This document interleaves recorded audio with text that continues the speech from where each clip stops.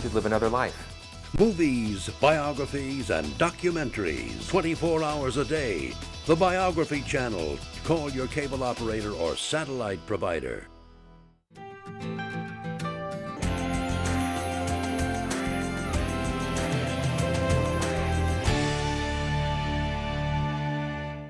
If you lived before our time, who would you be? What if you could choose from 1,000 yesterdays, when the past was today and the new took your breath away? Who would you be? How would you live? Who would you love? Living every generation before us, remembering for generations to come. The History Channel, where the past comes alive.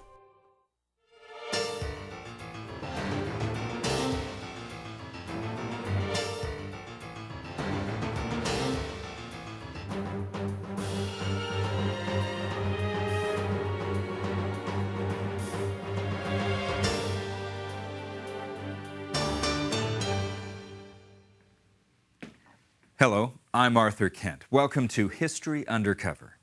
For more than 20 years, a Mississippi government agency, ostensibly funded to promote the state's image, actually secretly spied on many of its own citizens. Called the Mississippi State Sovereignty Commission, it kept files on tens of thousands of people. Their so-called crime was sympathizing with the civil rights movement that was threatening a way of life. Our program, based on documents that were secret for decades, looks at this commission and the crimes its members committed and covered up. Join us as History Undercover presents Mississippi State Secrets.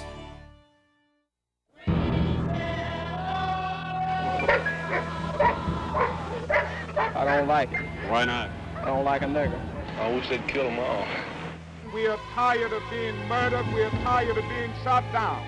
The fight for civil rights in America in the 1950s, 60s, and 70s was a time of terror and courage, murder and triumph. Some of the bloodiest confrontations were fought in Mississippi.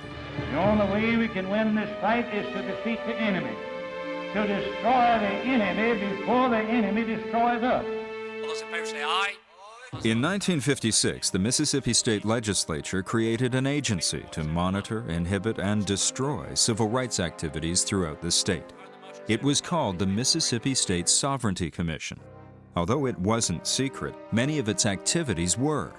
After 21 years of operation, the state legislature voted in 1977 to close down the commission and seal its files for 50 years. The secrets remained hidden until 1998, when a 9-year court battle to force open the files was finally won by the American Civil Liberties Union. That's you. That's me there. I wanted to present to you the papers that you requested. 21 years is a long time to wait to see what's in here. The files contain 132,000 documents with information on more than 87,000 citizens. Their pages reveal the sordid details of how this taxpayer-supported agency spent hours behind closed doors monitoring every facet of the civil rights movement. That I'm not going to allow anybody to pull me so low as to use the very method of perpetuated evil. They also expose an even darker role. The long secret files reveal that this state-sanctioned agency had close ties to the violence perpetrated by the Ku Klux Klan. I'm afraid that some of that violence has to be laid at the feet of the Sovereign Commission. The giving of a cloak of respectability, of legal respectability, to tactics that were designed to discourage civil rights activity in Mississippi played right into the hands of the most violent citizens of our state. And as a consequence, people's lives were lost.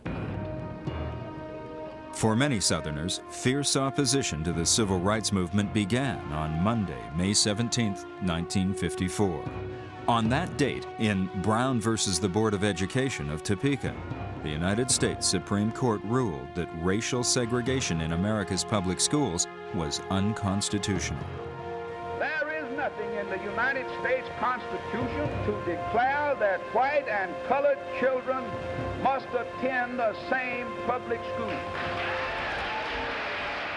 When the Supreme Court decision came down, it was characterized by some of the political leaders in the state as being a day of infamy. There was a concern that if segregation ended somehow, the sun really wouldn't come up in the morning. But for many white Mississippians in the mid-1950s, sharing power was out of the question. In 1956, to fight the growing civil rights movement, more than 75,000 Mississippians joined the White Citizens Council. This is the Citizens Council Forum, the American viewpoint with a Southern accent. A national organization whose banners read, States' Rights and Racial Integrity. And many prominent business leaders in the state and political leaders in the state were active members of the White Citizens Council, which was totally committed to the maintenance of segregation in all forms. In his successful race for governor in 1955, Attorney General James Coleman promised to fight the federal government and federal courts on integration in order to protect what he said was the sovereignty of the state of Mississippi. In his January 1956 inaugural address, he made his move. I'm sure that you will not fail to enact an appropriate state sovereignty bill, which will enable us during the next 2 years to maintain a successful fight for preserving the separation of the races in this state. 3 months later, House Bill number 880 created the State Sovereignty Commission. It passed overwhelmingly in the legislature, but there were a number of us in the legislature at that time who felt that it could be a vehicle that could be abused in the future.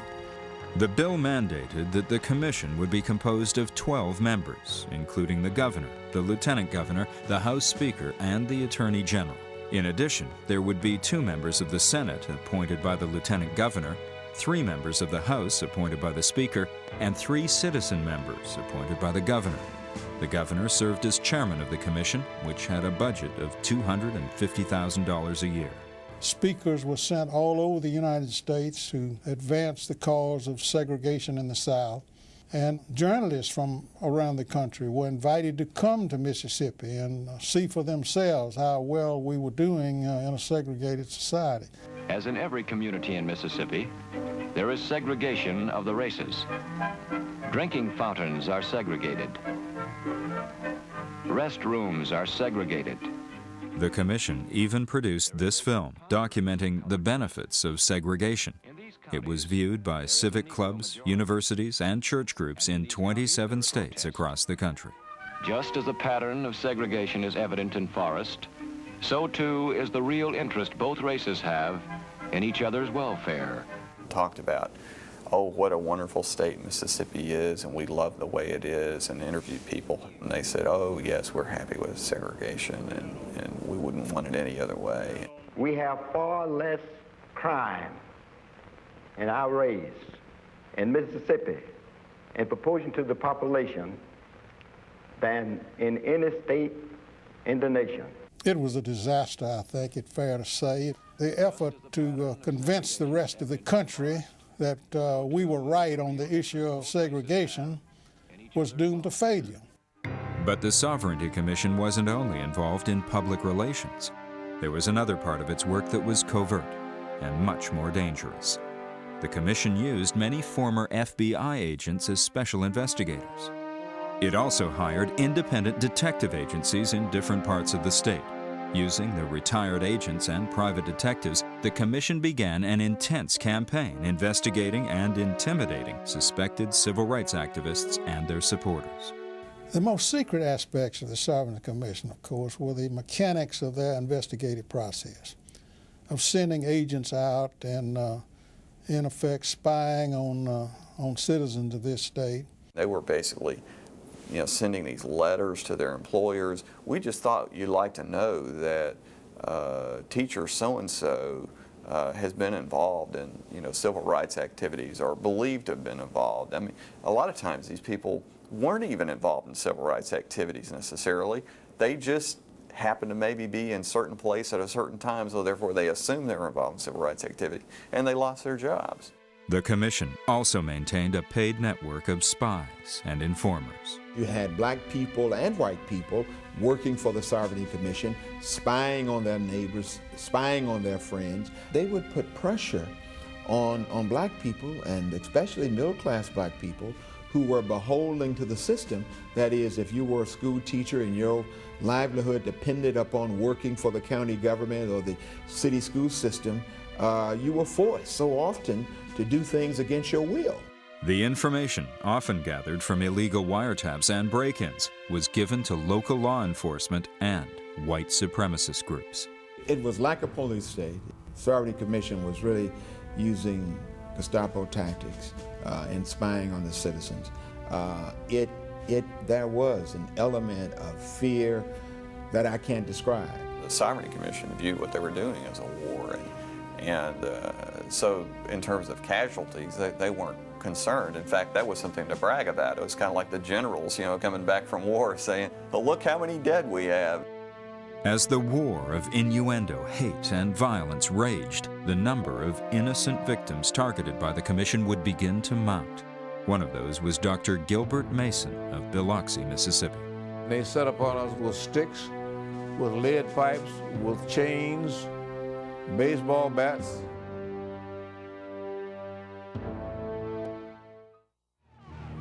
In September 1957, segregationists in Mississippi watched in horror as 9 black students were admitted to Central High School in Little Rock, Arkansas. This only stiffened the determination of Mississippians to fight integration, and at least for the next 2 years, they were successful. Then, in 1959, Ross Barnett was elected governor of Mississippi. The war against integration and the federal government had found its greatest champion. The racial integrity of our people is not for sale on the political auction block. With the election of Governor Barnett in 1959, the Sovereignty Commission really came into its own as an investigative agency, and it became almost a tool of the White Citizens Council. Some of the most extremely rabid racists in the state. There's nothing ordinarily that can prevent us from being victorious. We can win. We stopped Hitler, and he had to be stopped. And anyone who thinks that that kind of thing can't happen in this country, they don't know human nature. I saw Ross Barnett come into the stadium in Mississippi, and the same kind of thing happening, 40,000 people standing up cheering for a man whose ideology was the same as Adolf Hitler's. You just put blacks in the place of Jews and you've got it. We must be stronger than the enemy. We must be strong enough to crush the enemy. And he basically doubled the amount of agents that they had. They began to use detective agencies to conduct the spying and infiltrate civil rights groups. The Sovereignty Commission very much kind of ratcheted up the intensity beginning in like the early 60s. Through its network of spies, the commission learned of plans in 1960 to desegregate the beaches in Biloxi. One of the leaders was a newly arrived black physician. When I came to Biloxi, I didn't see any black folks on the beach. And my inquiry from the local people said that, if you go down there, they'll spit on you and insult you and what have you. So I concluded that this was not dignified and unacceptable. The Sovereignty Commission sent one of their agents, a man named Zach Van Landingen, to talk to Dr. Mason. He asked me, how much of the sand beach do you want? I said, every damn inch of it. And told him why. It flew in my face and violated my dignity. When Mason wouldn't back down, the Sovereignty Commission set out to destroy him, using the press to spread malicious rumors about his character and his medical practice. They actually got newspapers to print whatever propaganda that they wanted them to print, or in some cases they got them to actually kill stories that they were working on, which might make the civil rights activists look good. Soon, Dr. Mason was receiving death threats from the Ku Klux Klan. We had firebombing of homes, of cars, and harassments and telephone calls. It was difficult to tell the Citizen Council, who were prime movers in the Sovereignty Commission, from the Ku Klux Klan. The focal point for much of the tension here in Biloxi centers around the activities of a Dr. Gilbert Mason, a Negro physician who has been trying to lead his people down to the beaches to bathe. Mason persisted, and on April 24, 1960, he and fellow churchmen, friends, and a troop of black Boy Scouts tried to enter the ocean in Biloxi. Sovereignty Commission documents reveal that the commission knew in advance that the local police would stand aside as a mob of nearly 400 whites viciously attacked them. And by the time we got there, they were waiting for us. And they set upon us with sticks, with lead pipes, with chains, baseball bats, and black folks were beaten to the ground and blooded. Today it's rather deserted, but it was the scene of a tremendous free-for-all only a few days ago between Negroes and whites. The beach was pumped in with government money, and public taxes maintain it. This leads to the controversy wherein the Negroes feel that they have the same right as anyone else to use the beach. We plan to be felt, we plan to be heard, and we plan to act to secure the right to the beach. 3 years later, he led another wade-in. This time there was no violence, but 71 people, including Dr. Mason, were arrested and found guilty of trespassing. Mason appealed, but it would take 8 years of legal battles reaching all the way to the Supreme Court of the United States before he would finally win. I walked along Memorial Day and watched the black couples and the black children frolicking in the sand and wading in the water. I felt great about that. Although Dr. Mason finally prevailed, many others subjected to Sovereignty Commission intimidation did not, and not all of them were black. We must identify the traitors in our midst. We must eliminate the cowards from our front lines. Some of the worst victims were whites. Some of them were literally drummed out of the state as a result of the investigations by the Sovereignty Commission.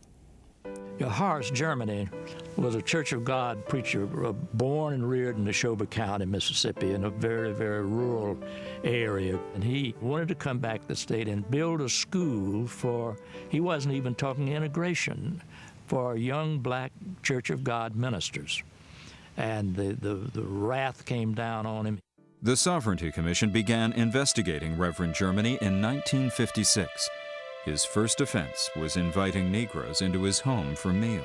The investigators go out to Horace Gemany's farm and take the license plate of everyone who comes and goes there.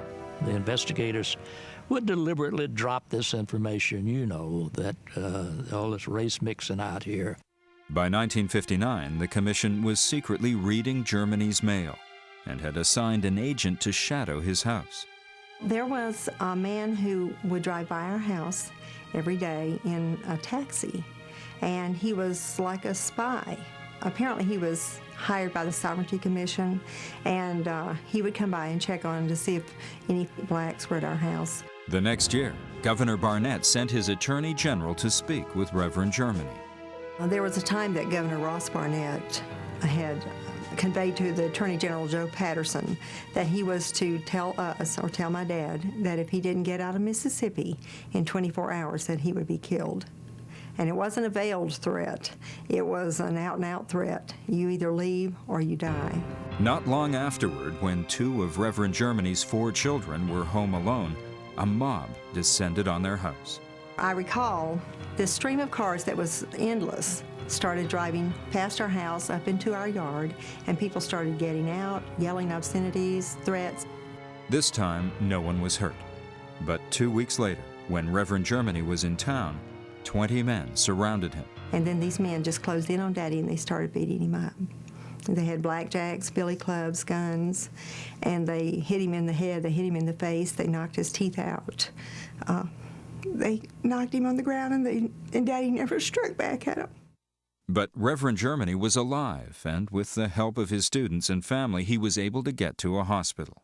Well, he was there for a short time when the nurses came in, the nuns did, and they took him up into the attic of the hospital.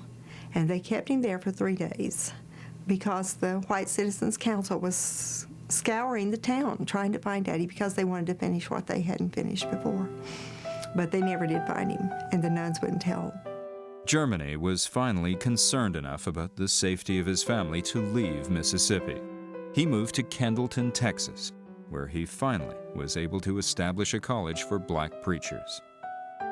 Daddy won, and his cause won, and black people won, and we won, and right won, and good won, and God won. The files of the Mississippi State Sovereignty Commission contain countless examples of ordinary people, teachers, doctors, farmers, housekeepers, college students, and others, whose lives were put at risk and often ruined because of the agency's strong-arm tactics.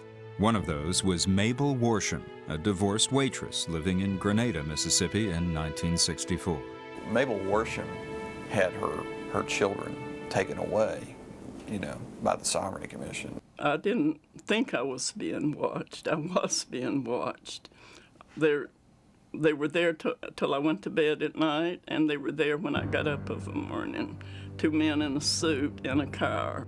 Mabel Warship's life was shattered when members of the Sovereignty Commission heard she'd given birth to a baby fathered by a black man. To them, that was the height of sin, so to speak, was interracial dating or marriage or sex. At the time, Warship was fighting her ex-husband for custody of their 2 children. The local constable, Sheriff Suggs Ingram, and an agent sent by the Sovereignty Commission, Tom Scarborough, demanded to see her newborn baby. I knew Mr. Ingram, but I didn't know this man that was with him. He told me his name and he was from Jackson.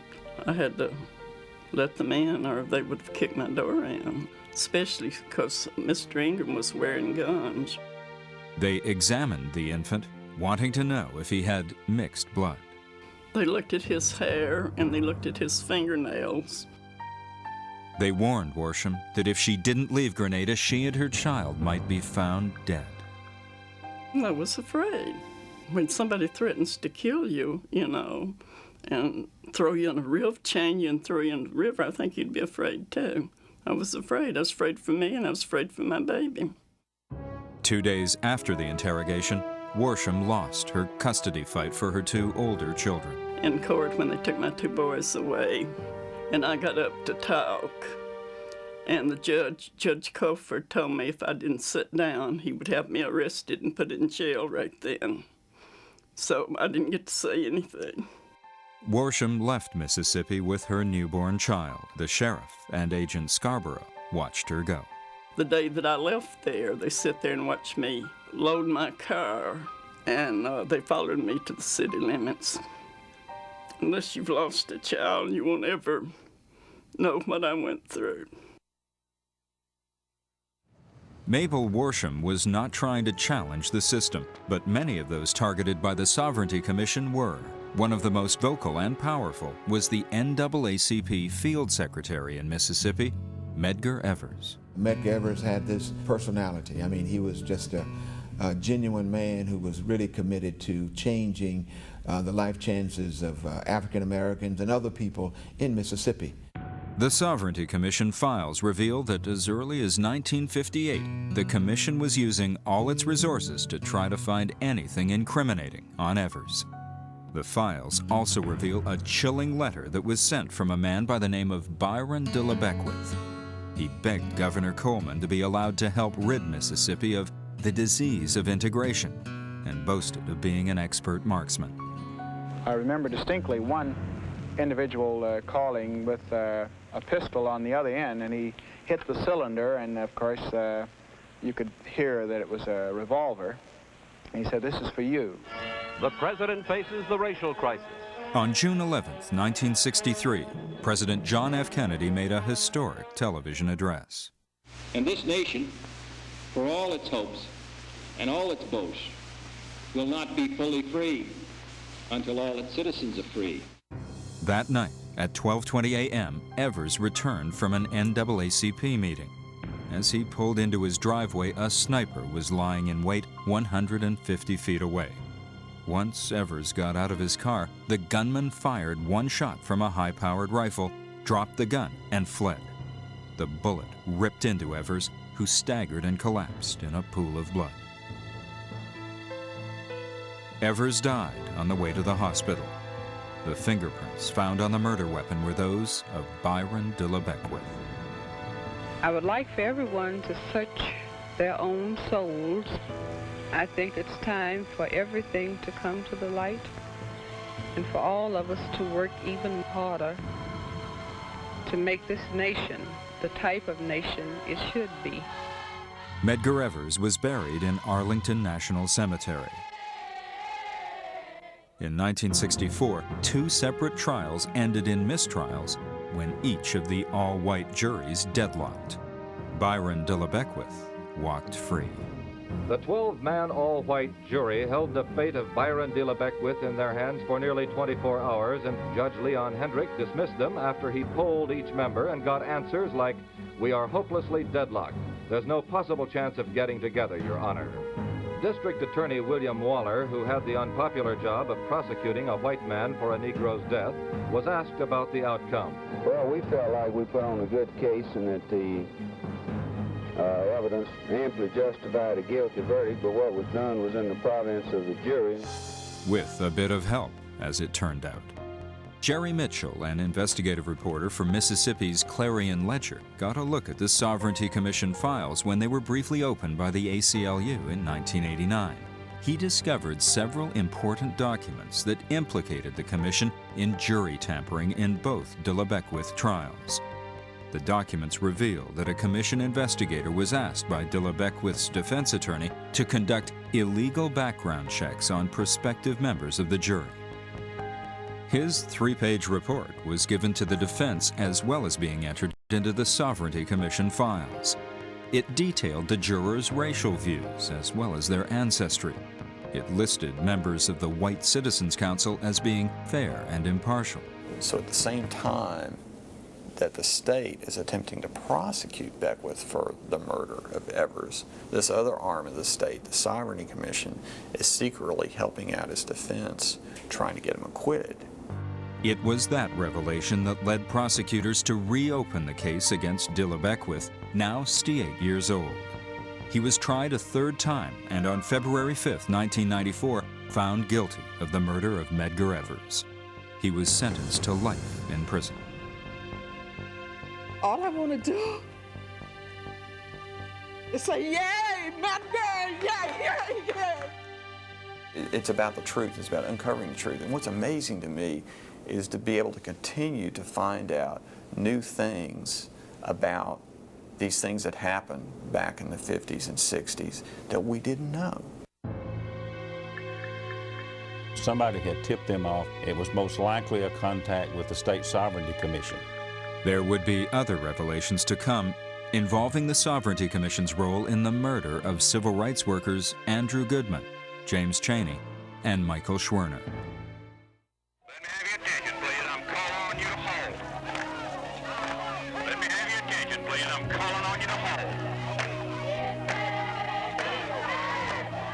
In 1963, Earl Johnston, Governor Ross Barnett's former press secretary, became chairman of the Sovereignty Commission.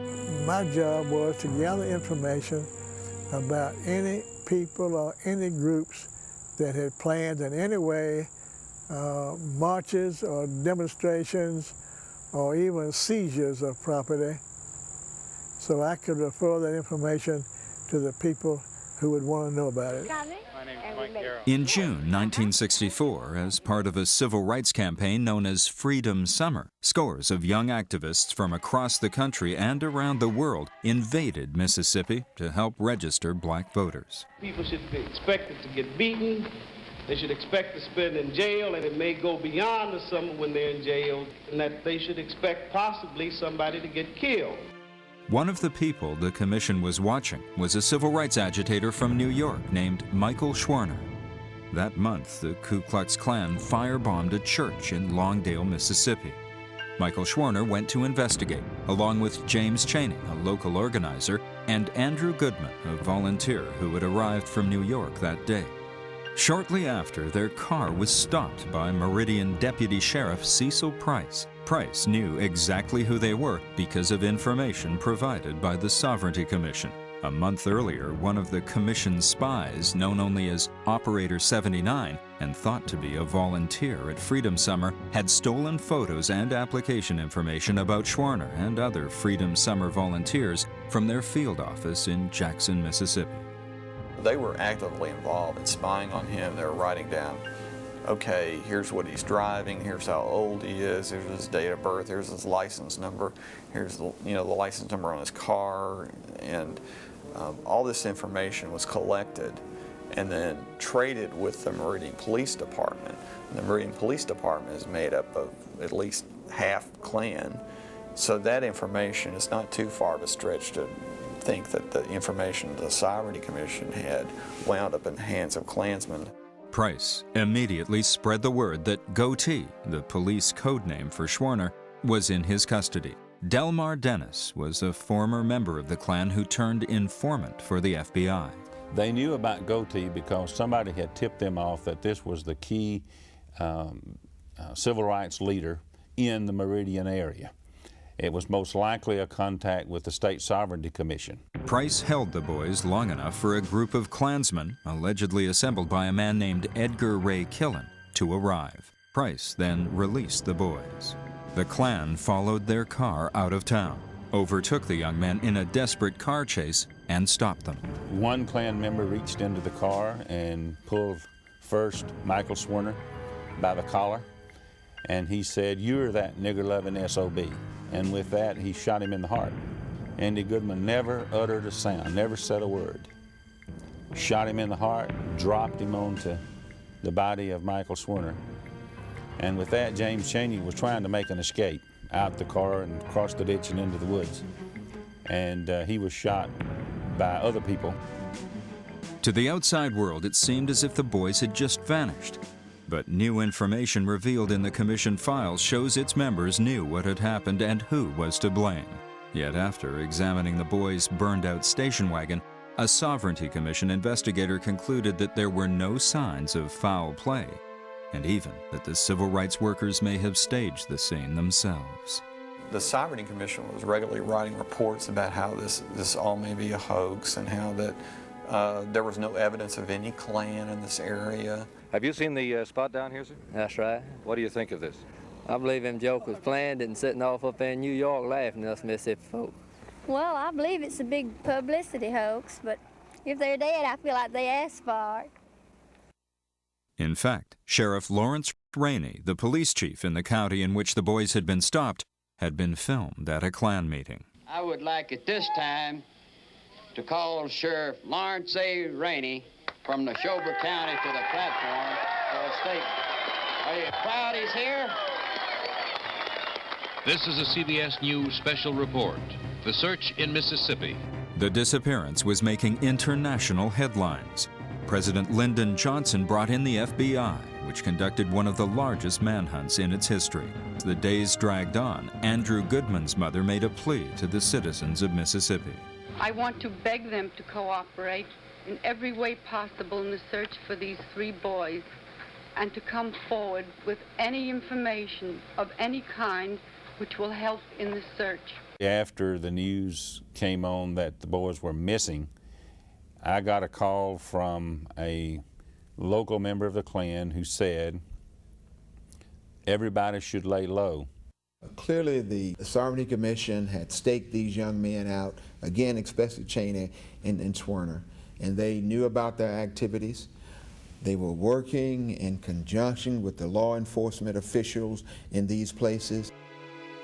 44 days after their disappearance, the badly decomposed bodies of the boys were found buried 15 feet deep under an earthen dam. The commission may not have pulled the trigger, but many researchers believe they had loaded the gun. In this county, Andrew Goodman, James Chaney, and Michael Schwerner were brutally murdered. And I believe in my heart that the murderers are somewhere around me at this moment. Earl Johnston was director of the Sovereignty Commission at the time. They all came down here. They all knew when they were trained up in Oxford, Ohio, that they were probably going to be in danger They didn't come down here with their eyes closed. They knew that could happen. And they came on anyway. 21 men, including Sheriff Rainey and Cecil Price, were arrested on federal charges in connection with the murders. But only Sam Bowers, Imperial Wizard of the KKK, and 6 others were convicted on conspiracy charges. They each served 6 years.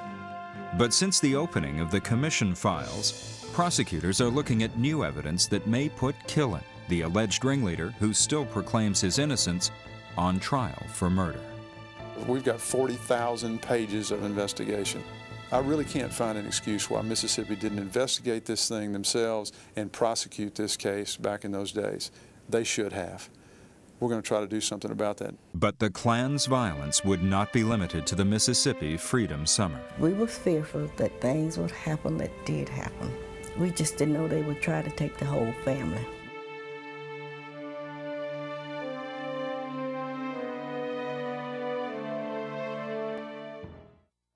In 1964, in Mississippi alone, there were 80 beatings, 35 shootings, and 68 bombings or burnings of churches, businesses, and homes.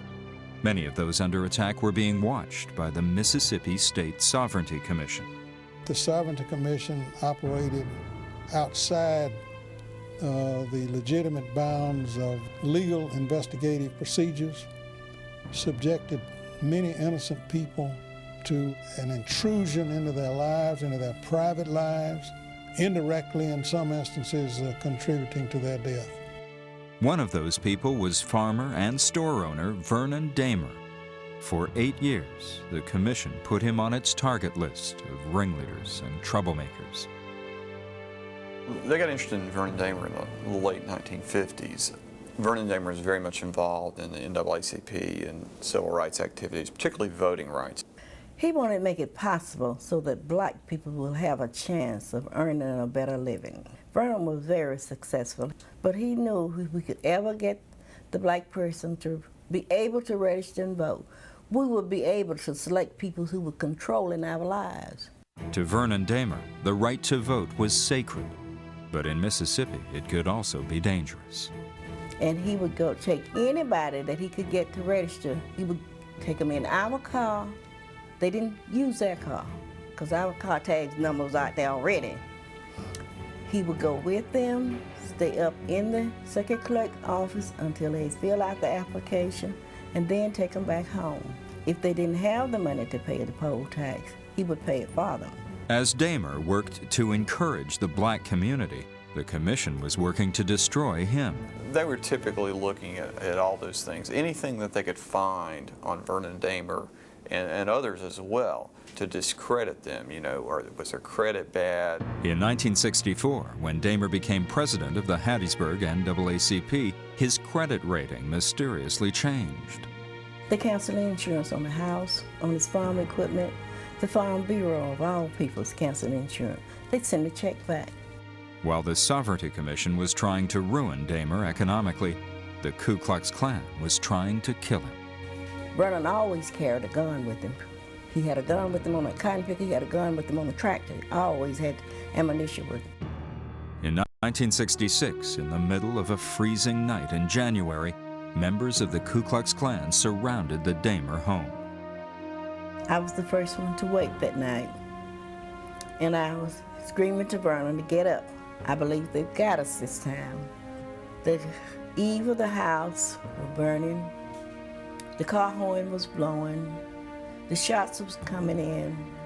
And Vernon was yelling to me, "Try to get the children out while I hold them off." 8 Klansmen set fire to the house and then began shooting into it. With the flames searing his lungs, Damer fired back while his wife and 2 children desperately tried to escape the fire. I hit the window so hard that I fell out on the ground. And the next thing I know, Vernon was handing Betty out the window to me. I don't know how Betty got burned.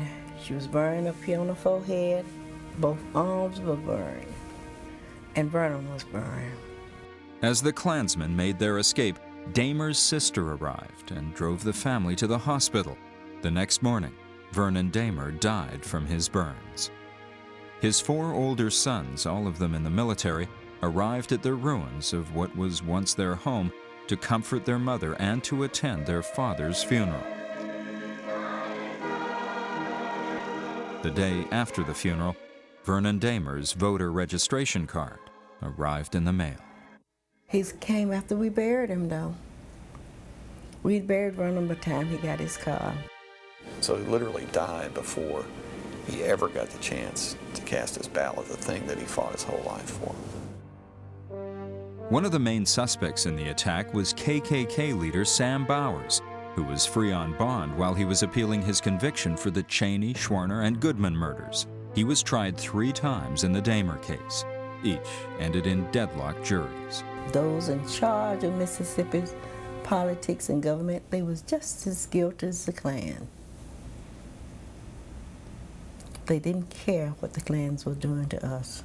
Ironically, it would be the Sovereignty Commission's own files that would finally bring Sam Bowers to justice.